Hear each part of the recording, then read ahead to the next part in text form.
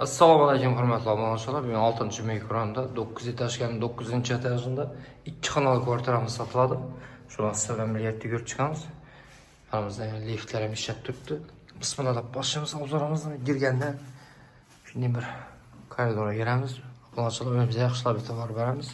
100% remontdan chiqib turibdi uyimiz. Uyimizning ishlari ham bir xil MDF ishlar turibdi.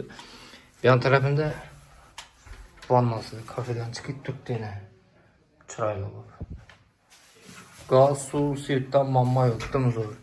Bu yog'imizda bir spalniyasi bor yana. Bu spalniyamizda ham otopleniya bor. Bu yon tarafında balkon yine 6 metrlik. Bu yanımızda yine kotel, kuxnyani yine balkona chiqarib qo'yibdilar. Bu yanımızda yine omonlik. Birimizde kuxni bo'lishi kerak. Aslında bir yerdan bir xona tikib qo'yibdilar. 2 xonani 3 xona tikib qo'yibdilar. Bu xonamizda ham otopleniya bor. Bu yon tarafında tualet. Görüp tursa tuvalete moddenli, vannası moddenli. Bu yon tarafında bir ulu zalı var yine. Bu zalımızda ham otopleniya bor. Aynalarımız aklı.